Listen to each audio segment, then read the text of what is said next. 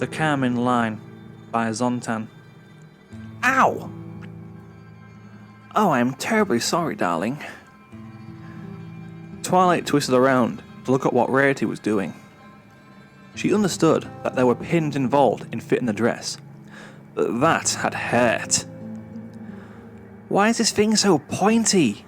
She demanded, gesturing to the shards of crystal embroidered along the edges of the dress, which had jabbed her in the side.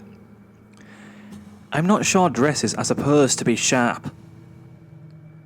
Rarity waved her off, a half dozen pins floating in her magic and slipping through the dress as she worked. I assure you that once the fit is right, you won't even notice. Just have to get everything to lay correctly, my dear, and you'll be the talk of the evening.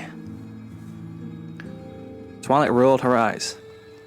It's a diplomatic meeting, Rarity, not a ball. Rarity humphed.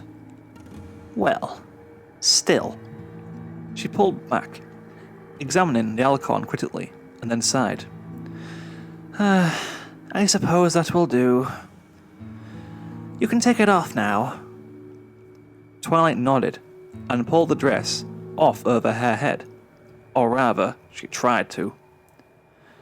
A sharp hiss of pain left her mouth, and abruptly she teleported 2 feet to the side instead, twisting to look at her side, where a gash had opened up, trickling blood.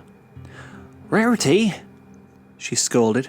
Before her horn lit, she concentrated, and the wound closed itself as if it had never been there. I swear, if that thing cuts me while I'm in Griffinstone, I'm going without it. Rarity turned somewhat red. I assure you that it will not, she insisted, having the grace to sound embarrassed. Besides, they're griffins. They'd probably love a dress that doubled as a weapon. Twilight was not impressed. With a humph, she walked out. Some hours later, Rarity had finished her adjustments and was giving the dress a final inspection, just to make sure it was perfect. Some pony with a less critical eye probably would have passed it too, but Rarity was more thorough than that, and she gave the dress a disappointed frown when she found it. In the gap between 2 of the crystals, a line of dried blood. It was on the inside of the dress. You certainly wouldn't be able to see it without getting entirely too close to Twilight, but it was a blemish, a discoloration, an imperfection that she could not have. The dress wouldn't survive the kind of wash needed to get out blood. With a sigh, Rarity looked at the clock. If she stayed up all night, she should have time to make a replacement, and at least this dress had served to get all the measurements correct. She put it back on the rack and turned to her remaining crystal supplies. Time to get back to work. Rarity woke at noon the next day.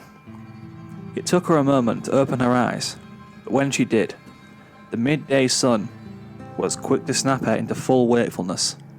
The dress! She didn't remember going to sleep. Had she even finished it?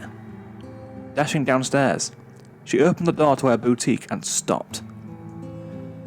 Under her work table, the replacement dress was a mess, torn in 2 pieces with shards of gemstone flung halfway across the room.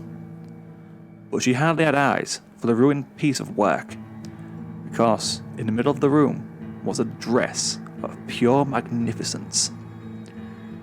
It had the same lines as the dress she had been working on, yes, but it was grander, sleeker, more colourful. Somehow, it seemed larger than it had been, even though she knew it would still fit Twilight perfectly. How? She murmured, stepping up to it reverently. Her hoof reached out to touch it.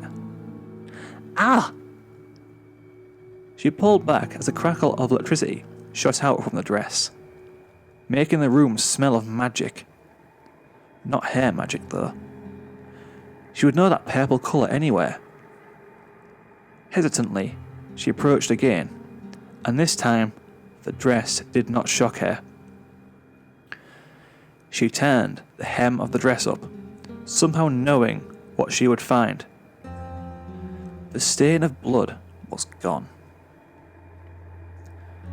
At first, Rarity pretended the incident was a happy accident. Twilight was ecstatic about the improvements to the dress.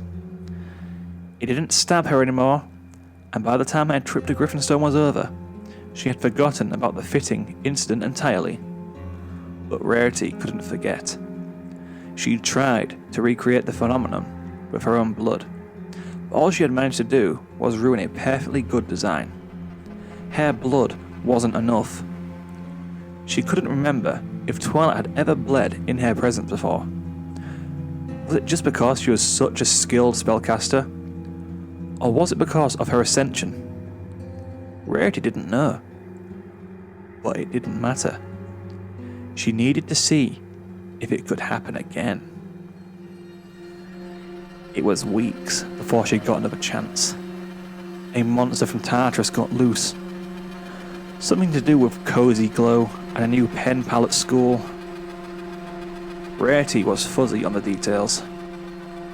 But during the final fight that had arisen, Rarity had saw it cut Twilight. Not enough to seriously hamper her, but enough for a sample. For an observant unicorn to collect later that night. A dab went on a new dress design. Another dab on her spare sewing machine. A few more on choice pieces that she wanted to use in future dresses. And then, despite being too excited to think sleep was possible, she retreated to bed. She awoke surprised to realise that she had fallen asleep at all. Approximately 2 seconds later, she was downstairs again. "Oh my," she breathed. It had worked. Everything had worked. The dress was resplendent. The sewing machine sleek and twice as powerful as before. Each individual piece of jewellery and fabric was gorgeous and beautiful and perfect. With a soft laugh, she realised she had opened up a gold mine. All she had to do was make one of her best friends bleed. There was a moment of doubt. Surely, that wasn't worth it. But then, her eyes fell on one of her sewing needles. It had been the one in the sewing machine when she had left it in for the night. Carefully, she picked it up in her magic, admiring its tiny, perfect point. She had to have more.